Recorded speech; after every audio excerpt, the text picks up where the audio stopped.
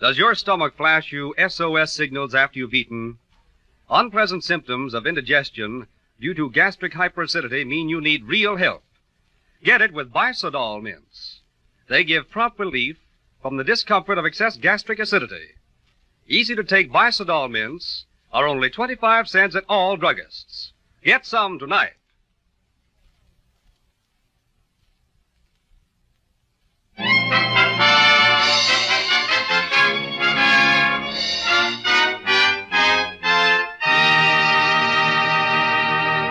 Mr. Keene, Tracer of Lost Persons, is on the air.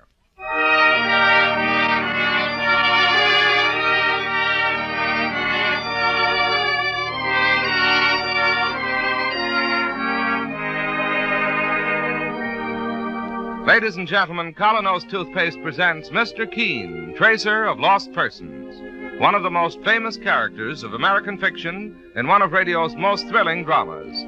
Tonight and every Thursday night from 7:30 to 8 Eastern Wartime, the famous old investigator will take from his file and bring to us one of his most celebrated missing persons cases.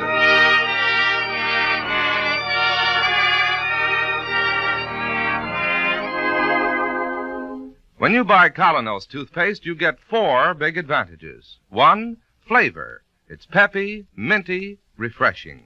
2, foam. It's bubbly, busy, alive. 3, feel. It's soft, safe, non-abrasive. 4, results. It helps brush your teeth immaculately clean. Who could ask for anything more? Don't wait. Ask for Colonos, a high-polishing toothpaste. That's spelled K-O-L-Y-N-O-S. Colonos toothpaste.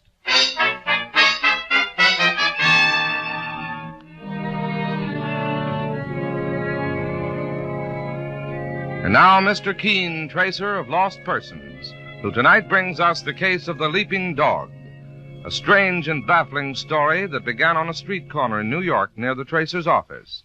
There was a modest little apartment house on the corner, and outside, a large Belgian shepherd dog stood looking up at a ground floor window and baying unhappily. From time to time, the dog would leap with all his strength toward that closed window, only to fall back hour after hour. Of course, it attracted attention from many who passed by, and eventually from Mr. Keene and his assistant, Mike Clancy, as they were walking back to their office from lunch. Mike. Yes, Mr. Keene. Look on the corner there. That dog is still there. Oh, sure enough. The leaping dog. There he goes again. Still jumping and still falling back. Poor fellow. So handsome and pathetic. Nice set of teeth, too. Let's have a chat with him. Yesterday I saw him almost put his teeth into one fellow who tried to have a chat. Boy, it was a close shave. Well, he's looking over this way. Sure, here he comes. Gentle as a lamb. Say, boss, what'd you just tell him now? That I like him, that's all. Here you are, young fellow. Oh, what's the trouble? Locked out? Somebody forget you? No collar on him, no identification. Oh, there's something you're trying to tell me, eh? Well, let's go inside and see what we can find out. Inside? Boss, you've got a year's work waiting for you at the office as it is. It'll only take a moment, Mike. Let's ask those 2 men standing there in front of the doorway. Maybe they can give us some information. Now we're working for a dog. Come along, young fellow. I beg your pardon, gentlemen. Yeah, what do you want? I wonder if you've noticed this dog leaping up at that window. What dog? This Belgian shepherd, right here. Never saw him in my life. Neither did I. Been out here all morning and yesterday, too. We never saw him in our life. Okay. Here, Mike. Let's go through this door. Well, the dog's trotting along like he knew you all his life, boss. It's a walk-up apartment. There goes the dog, heading for that first door. And that's where he probably lives. Ring the doorbell, Mike.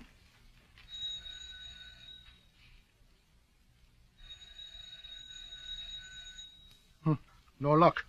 See what's down there on the doormat. Oh, newspapers, a pile of them. Well, let's have a look at the dates. Here you are, sir. Been lying here as far back as 5 days. Hey, boss, do you think somebody's dead inside the apartment? Died sudden like maybe, or committed suicide? Could be.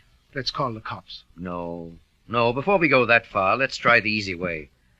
We'll ring the bell of the neighbor next door. Okay, sir.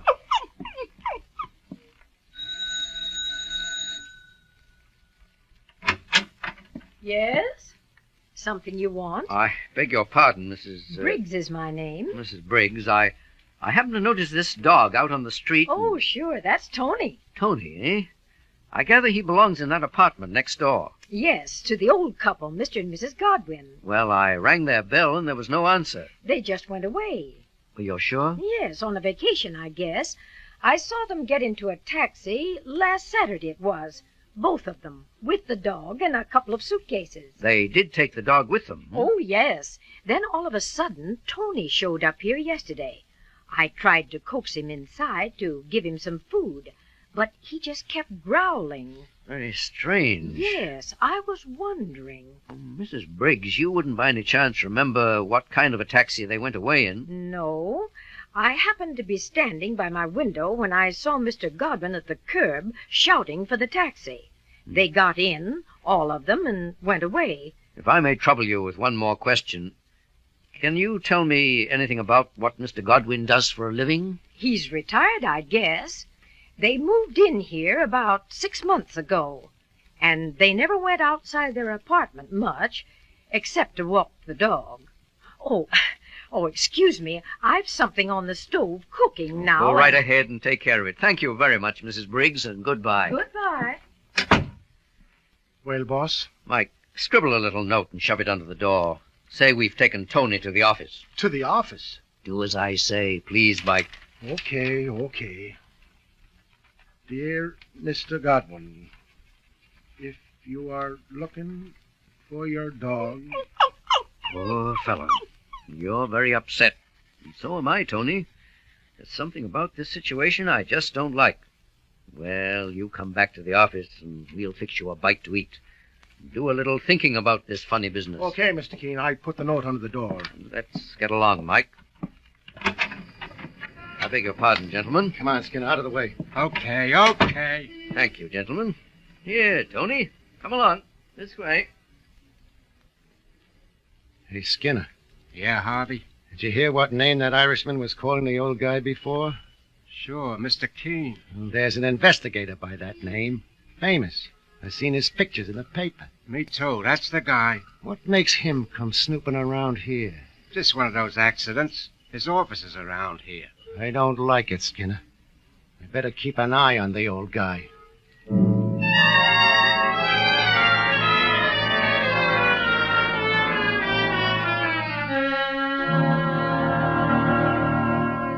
Well, boss, 2 days gone by, and you're still hanging on to this dog. You take him home every night, you bring him back in the morning, and keep him by your desk. He's becoming a regular member of the staff. Not a bad idea, Mike. Why don't you turn him over to a cop? What are you up to, anyhow? Mike, I'm convinced this isn't any ordinary case of a stray dog. I don't believe the Godwins went off on a vacation. Why not, sir? They're obviously people in modest circumstances. If they'd gone off on a vacation, the first thing they'd have done would have been to stop the daily newspaper. Maybe so, but... Something tells me the Godwins left in a hurry, in a panic. They were running away from something. Why should 2 old people run away? I don't know, but I'd certainly like to find out. There's still no answer to our note. We haven't got a thing to go on. Just one clue. They left in a taxi. Mr. Keene, New York's full of taxis. True, Mike. And every driver is required by law to keep a trip record. Oh. Yes, a police regulation. Every time a driver makes a trip, he must keep a record of when and where it started, the number of his passengers, when and where it ended. Sure, that's right. You always see them cabbies writing things down on a card. Well, it may be a long, slow process, but if we were to check every major cab company in New York, we might pick up the trail of the old couple. Sure, but nobody's asked you to check, boss. That's just what intrigues my imagination. Mike, get your hat and coat. Good sign, Mike. Tony approves.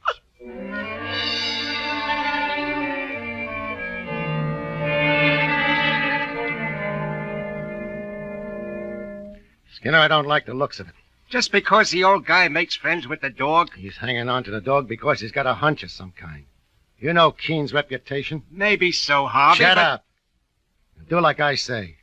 We keep tailing Keene night and day as long as he hangs on to that dog. Okay.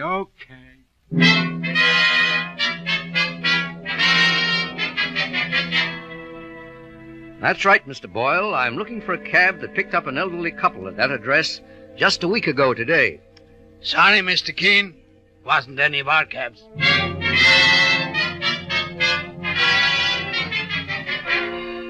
You say it was 8 days ago today, Mr. Keene? That's right, Mr. Horton. No, sir, it doesn't show on our records.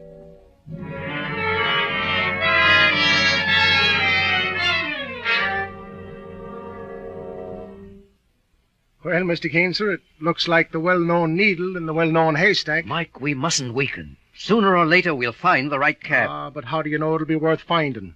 How do we know there's any kind of a case? We've got to take the chance because... 1 second, Mike. What's up, boss? Look, they're across the street. 2 men walking along. So what? Unless I'm very much mistaken, it's the same 2 men we ran into in the hallway the day we first started this search. Mr. Keene, you're right. Mike, they're shadowing us. Yes, sir. That's the way it looks. And that convinces me. There's a case, all right, and we must get to the bottom of it.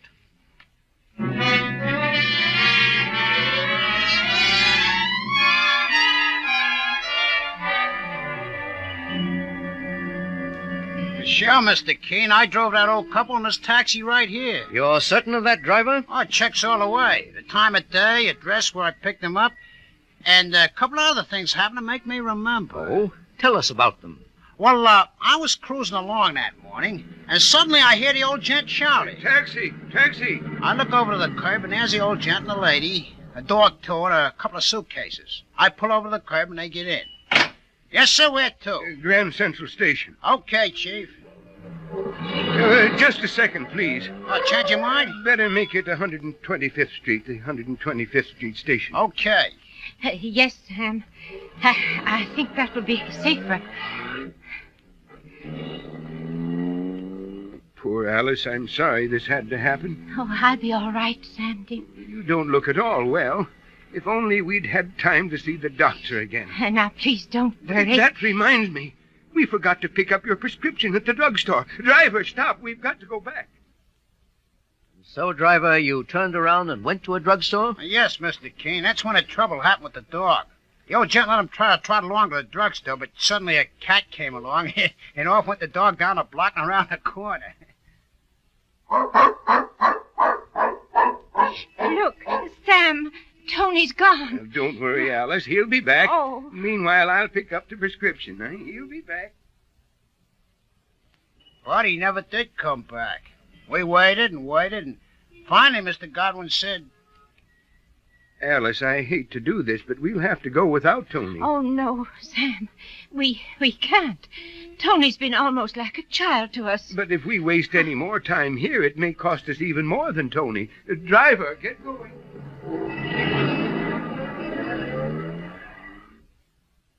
You got them to 125th Street all right? Yeah, but the wife was so upset, Mr. Keene, that when she started out of the cab, she went into a faint. Well, I'll be damned. I helped get her into the waiting room at the station to a woman on duty for the Traveler's Aid. What happened next? I don't know.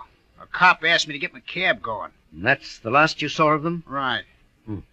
Obviously, they were very frightened people. Sure thing. Driver, if you're free to take a fare now... I am. All right, the 125th Street station, then. Come along, Mike.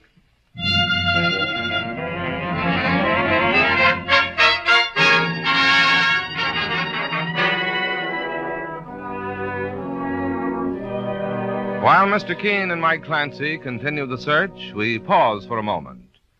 Every day, thousands and thousands of people are discovering they can get almost incredibly fast relief from the pains of simple headache and minor neuralgia with the remarkable product called Anacin. You see, Anacin is like a doctor's prescription, for it contains not just one, but a combination of medically tested and proven ingredients. That's one reason it brings such amazingly fast relief. Many have discovered this right in their own physician's or dentist's office, where they've been given an envelope containing 2 Anacin tablets. Get Anacin at your druggist next time you have a headache pain or the pains of neuralgia. Take only as directed. Anacin. Anacin. In handy boxes of 12 and 30 tablets and economical family-size bottles of 50 and 100. Now back to Mr. Keene and to Mike, his assistant, at the 125th Street Station. Yes, Miss Thompson, that's the old couple, all right. Tell me the rest, please. Well, as representative of the Traveler's Aid, I put myself at their disposal, Mr. Keene. I offered to get a doctor. And? She refused. She said all she needed was a spoonful of her medicine. A few minutes later, they got on their train and left. Did they tell you where they were going? The old gentleman was very vague. Indiana, he said. Indiana? And that's all. Boss, Mr. Keene. Yes, Mike? Look, over there in the corner. Those two men again. Still trailing us. Miss Thompson, I have a very important request. If anybody else comes along to ask you about that old couple, unless it's the police, don't give any information. Why, I don't understand. It's still a puzzle to me, too. But obviously those two people are in some terrible danger. Please do as I ask.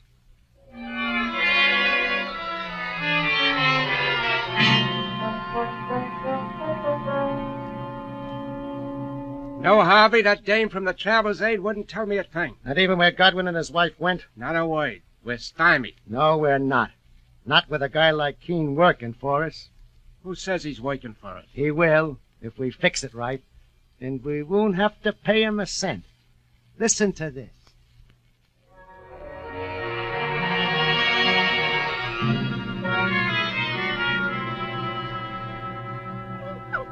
Easy there, Tony, easy.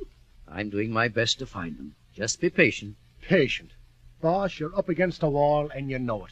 I do know they've gone to Indiana, Mike. You found that out yesterday. Nothing since. Indiana. It's a very big place. Give it up, Mr. Keene, sir. Turn the dog over to the Animal Society.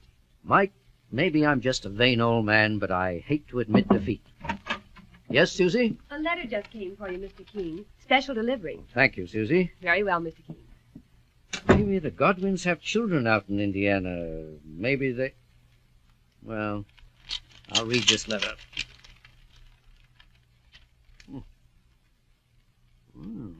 Mike, this is very interesting. What's up? I'll read it to you. Dear Mr. Keene, I'm an old friend of the Godwins. I'm told by their neighbor that you were asking about them. Don't worry. They are safe and sound. Sam Godwin is a retired trainer of racehorses. Oh, a trainer. And he and his wife have gone off to visit some friends on a training farm. If you don't mind keeping the dog, they'll pay you all the expense when they come back. It's signed Arthur Ross. Boss, that letter is a phony. Why? Well, if the friend knew that they were on vacation, how would he happen to drop in at the house and find out you were investigating? That's a good point, Mike. The next question, why was this letter sent to me? Why, sure, plain as day. The man who wrote it wants to steer you off from looking for the Godwins. He wants to make you give up the search. Oh, Mike, I've got another theory, just the opposite. Well, what do you mean? This letter was written to spur us on. What? The writer knew it would sound fishy. Knew it would make me worry even more. Also, he went out of his way to give us a clue that may help find the Godwins. Well, you mean that... This mention that Godwin is a trainer of racehorses. Since we know the Godwins went to Indiana, as the writer probably does not, that narrows down the search. You see, there are any number of obscure little half-mile tracks out in Indiana. Sam Godwin may have gone out there to work at his trade, in a place his enemies mightn't think of looking. Ah, but still, why would these enemies want to put you on the trail? Why? So that I'll do their work for them. So that I'll act as their bloodhound. Oh, well, that means that if we find the Godwins, so will their enemies. Probably. Those two guerrillas who have been shadowing us day and night, Mr. Keene. Yes, Mike. To go on with the search now is a dangerous risk. But we are going to take that risk.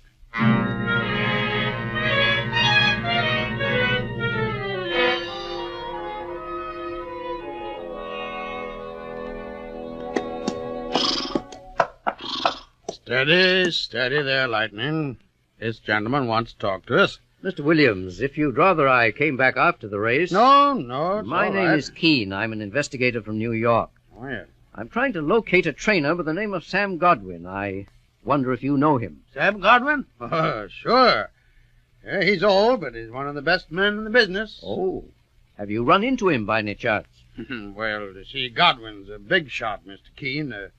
You wouldn't find him around a dinky half-mile track like this. Not here. Well, are there any other race meetings going on in the state? Yes, there's a small one over here at Haverford.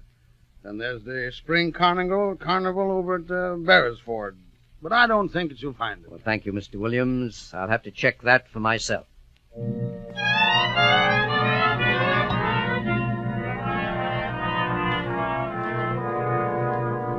Here, Mike. This must be the office. Okay, boss. I knock. Come in. Yes, gentlemen. I'm told you're in charge of the racing program at the carnival. Yes, sir. You want to make some entries? No, I just want to have a little talk with you, Sam Godwin. You've made a mistake. My name isn't Godwin. I'm told otherwise. But just to prove it, Mike, go back to the taxi outside. Yes, sir, I will. And just open the door of the cab. Yes, sir. I get it. Who are you? What do you want? I think I can explain most quickly by showing you my card. Have a look. Your name is... Oh, you're the famous investigator. Tony, old boy! Tony, we thought you were gone for good. Poor fellow. I think this proves my point. You are Sam Godwin. How did you ever find Tony, Mr. Keene? And what brought you here? I won't go into that right now. I'll tell you only this. You're in danger. I know. Even more than you suspect. I may be able to help you, but only if you'll trust me. Come ahead. Tell me what the trouble is. Mr. Keene, All right. I'm sick of running away. I might as well tell you. Up to last year, I worked at the biggest tracks. I minded my own business, which was to produce winners. Then last year, just before one of the biggest races, 2 men came to see me at my hotel. They introduced themselves. My name's Harvey. This is Mr. Skinner. Well, pleased to meet you. What can I do for you, gentlemen? Godwin, we think you're the best racing trainer in this country. Well, thanks for the compliment, but... In fact, with the way you've been handling Lady Checkers, we don't see how she can lose tomorrow. She'll win by 10 lengths. That's just what we don't want her to do. What? Cards on the table. We represent a gambling syndicate. It's worth more to us if Lady Checkers loses. We'll pay you $5,000 if you fix it. Get out of here. We can go up to $10,000. I never threw a race in my life. Get out. $15,000. Just a little shot of dope before the race to slow her up. What do you say? I'm sending for the police. Take your hands off that phone and listen. You got a sick wife, Godwin. She can't stand excitement. Suppose you start getting beat up every now and then. You can't do that. Sure we can. Or else we make you a present of $15,000. How about it? Which is it? Make up your mind, Godwin. Well, Mr. Godwin, what did you decide? I said yes, Mr. Keene, to stall them off. I wanted to tell the police, but I didn't see how I could prove it. And my wife is a very sick woman, a heart condition. Yes, I know. But I never harmed an animal in my life. Well, 1 hour before the race, my wife and I packed up and ran away. Lady Checkers won. It cost the gamblers a fortune. They've been after you ever since? They trailed me from town to town. I had to give up my work. We lived in New York on our savings. Then somebody tipped me off they were looking for me in New York, so again it meant packing up and running. We were hoping that this time... One moment, Mr. Godwin. What's up? Come over here. Look through this window. Heavens above. Those 2 men lounging by the gate. Skinner and Harvey, they found me again. You can blame me for that. You? While I was following you, they were following me. Now I am a goner, with my wife sick at the hotel, alone all day. 1 minute. Don't lose your nerve, Sam Godwin. But what can I do, Mr. Keene? You can take the bull by the horns. How? Listen carefully. Tonight, Mike Clancy and I are going to the station to take the night train out of here. The moment we're gone, I know you'll have a visit from those 2 men. And here is the only thing to do.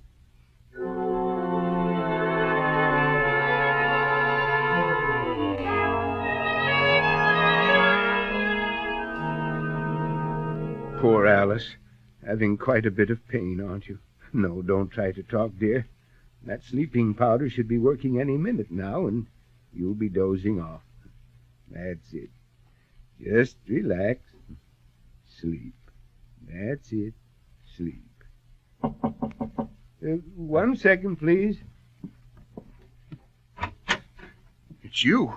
You? Hello, Godwin. Surprised to see us? We're coming inside. No, you can't. My wife's sick. She just dozed off. Too bad. Let's go downstairs to the lobby. Have 10 witnesses around? No, we're coming inside. Please, my wife has a bad heart. You should have thought of that before. Before you gave us the double cross. What do you want of me? We want our dough back. The money we lost in the race you didn't throw. You know I haven't got that kind of money. We got a proposition. What did you tell your owners when you walked out on your last job? That I had to take my wife to a rest home. So you still stand all right with your old stable and all the big stables, huh? Yes, I've had a couple of good offers lately. That's what we're getting to. You're going to take one of those offers. You're going back to the big time. To work for us. For you? When we want your horse to win, he wins. When we want him to lose, he loses. You work for us. And you keep on working for us till we get back our dough. And something more. No, I can't. I can't do it. Let's ask your wife what she thinks. No, don't wake her. She had another heart attack today. And she'll have a whole lot more if you don't get wise. Skinner, wake her up. Please, I beg you. Yoo-hoo! Wake up, Mrs. Godwin. Wake up. Shake her, Skinner. Okay, wake up, Mrs. Godwin. Don't touch me. Hands up, both of you. What? What? Reach for the ceiling. I've got you covered. Hey, it's that guy Keene. Yes, my friends, and looking a little strange in this nightcap and nightgown. I didn't leave town after all. I hopped off the first car of the train just as soon as it cleared the station. Well, I'll be... Mrs. Godwin, fortunately, is in another room of the hotel with Tony, her dog, to take care of her. I decided to take her place here in bed, just long enough to listen and get the evidence that will send you both to prison for 10 years. 10 years? Yes, for attempted extortion. All right, Mr. Godwin, phone the police. And then you can help me out of this nightgown.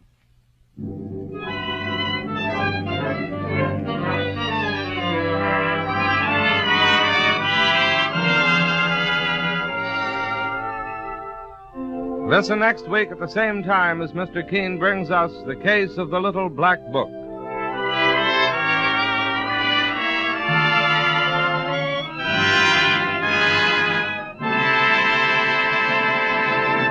The main job of a toothpaste is to help your brush clean your teeth.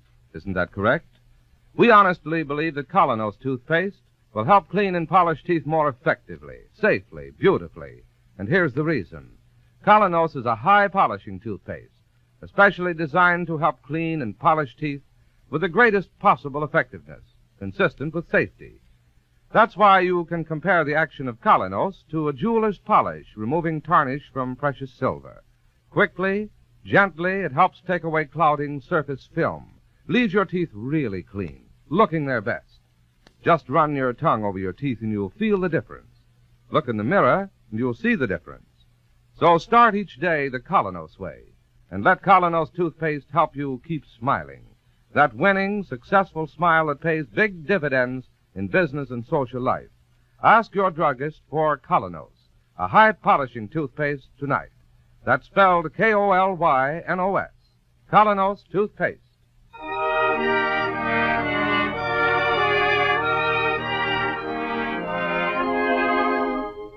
You've been listening to Mr. Keene, Tracer of Lost Persons, on the air every Thursday, 7:30 to 8 Eastern Wartime over this network. Don't miss Mr. Keene next Thursday night when the kindly old Tracer turns to the case of the Little Black Book. This is Larry Elliott saying good night for the makers of Colonos toothpaste and inviting you to listen to Friday on Broadway at 7:30 p.m. Eastern Wartime over this network tomorrow night.